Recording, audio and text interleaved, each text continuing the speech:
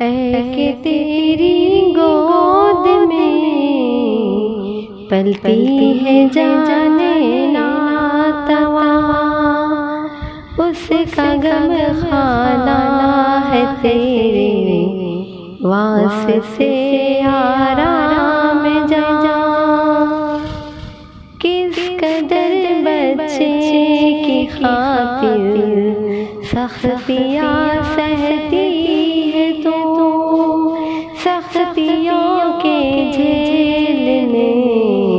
پر بھی مگن رہتی ہے تو، جان چھڑکتی ہے تو اپنے لال پر صبح و مساء، آج تو آنے نہیں دیتی کبھی اس پر ذرا، تو ہے آب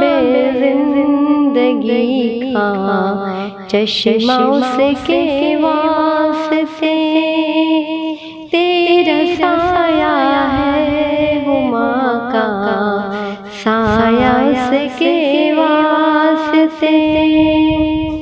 دور ہو جاتا ہے تجھ سے جب تیرا نور نظر، ہجر میں بچے کے جلتے ہیں تیرے قلب و جگر،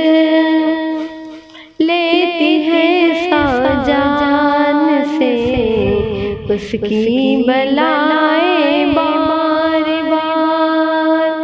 دم بدم دیتی ہے تو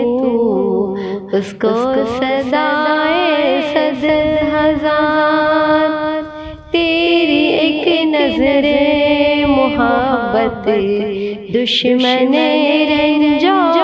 الم، اے بہار بے خزاں جنت تیرے زیر قدم، پرورش پاتی ہے تیری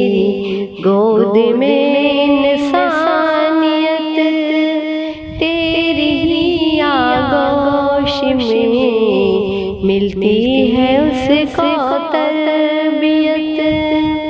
ہینچ ہے کونین کی تیرے مقابل دولتیں، تیری ہی تعلیم سے پاتی ہے قوم رفعتیں، خلق کر سکتی ہے بچے میں تو قلب شیر نر، تو اگر چاہے بدل دے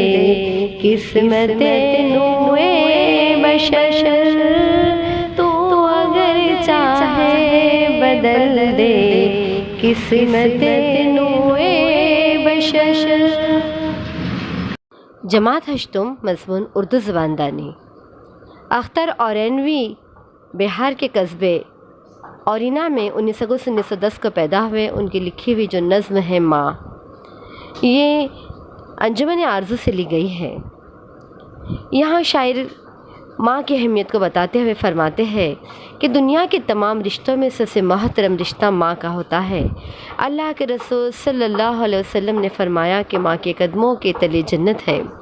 یعنی جو انسان ماں کی خدمت کرے وہ جنت کا حقدار ہے۔ ماں کو بھی اپنی اولاد سے بے انتہا محبت ہوتی ہے، وہ ہر لمحہ اپنی اولاد کا خیال رکھتی ہے، اپنے آرام و سکون کا مطلق خیال نہیں رکھتی، بلکہ اپنی اولاد کے بہتر تعلیم و تربیت کے لیے ہمیشہ کوشاں رہتی ہے۔ اسی لیے کہا جاتا ہے کہ ماں کی گود بچے کا پہلا مدرسہ ہوتا ہے۔ اس نظم میں شاعر نے ماں کی محبت کے مختلف پہلوؤں کو اجاگر کیا ہے۔